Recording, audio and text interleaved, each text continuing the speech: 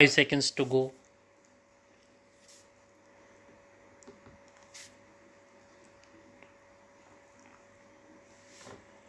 Start. The problems we have to face in world affairs at the present moment bear a great deal of relation to the conflicts that are going on.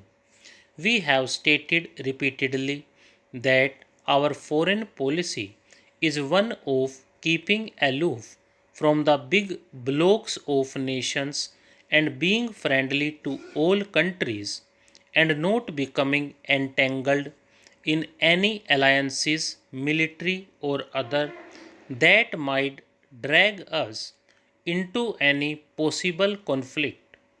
That does not, on the other hand, involve any lack of close relationships with other countries.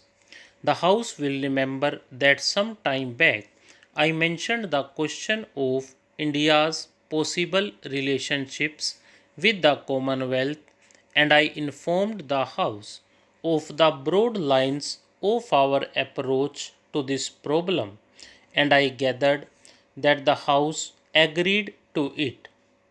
Subsequently, the question, as considered by the National Congress at its Jaipur session, and in broad lines, they also laid down the policy to be pursued. As far as we are concerned, we propose strictly to adhere to those directions.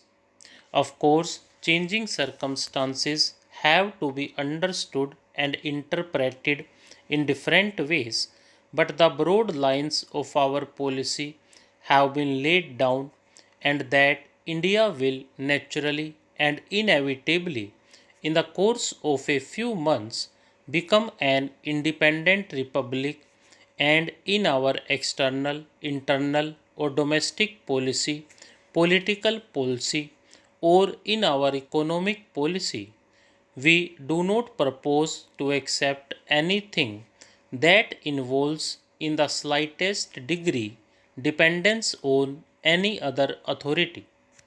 Subject to that, we are prepared to associate ourselves with other countries in a friendly way. We are associated today in the United Nations with a great number of countries in the world. Anything else that we might do will naturally have to be something that does not go against our association with the United Nations. It is only in terms of independent nations cooperating together that we can consider the problem of our association with the Commonwealth. There may be, as some people have suggested, alliances with this or that nation. Alliances usually involve military and other commitments, and they are more binding.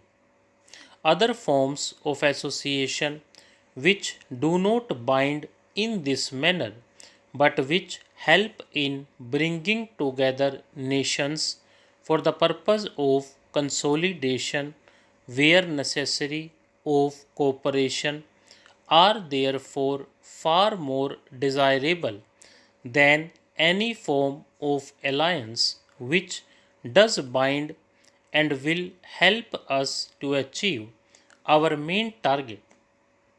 Recently, there was a conference on Indonesia held at India's instance in New Delhi, and many countries from Asia attended it, besides Egypt, Ethiopia, Australia, and New Zealand.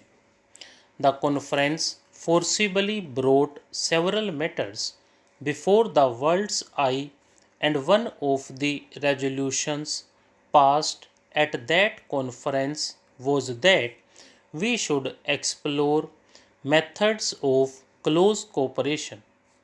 We are pursuing that line of inquiry, and perhaps in the course of a month or two, or perhaps more, we may have some more definite results to consider possibly we might have another conference to consider the possible lines of cooperation.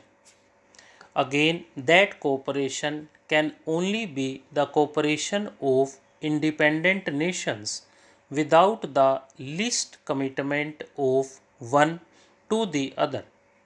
But it is a fact that there are so many matters in common between us that it is helpful for us to cooperate with one another. We have not yet decided what the region of cooperation might be because India is interested in several regions in Asia, whether all should be grouped together or separately, I do not know.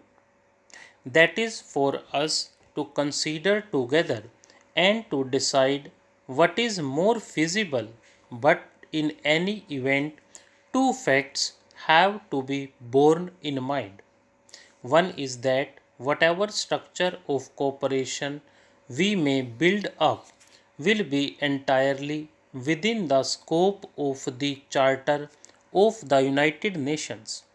Secondly, there will be no binding covenant in it, and this will largely be an organization for the consultation and cooperation that naturally flow from common interests. So, our policy will continue to be not only to keep aloof from power alignments but try to make friendly cooperation possible. Fortunately, we enter upon our independence as a country with no hostile background in regard to any country. We are friendly to all countries. Our hostility during the last 200 years was mainly directed towards the dominating power here, and because of India's independence, that hostility has largely vanished, though it may survive in few people's minds. So we approach the whole world on a friendly basis, and there is no reason why we should put ourselves at a disadvantage, if I may say so, by becoming unfriendly to any group. I think that India has a vital role to play in world affairs.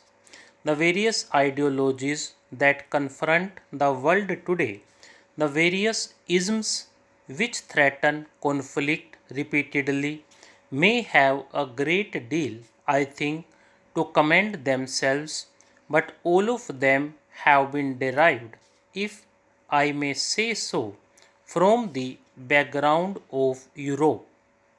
Well, the background of Europe and Asia is not something apart from the background of the world.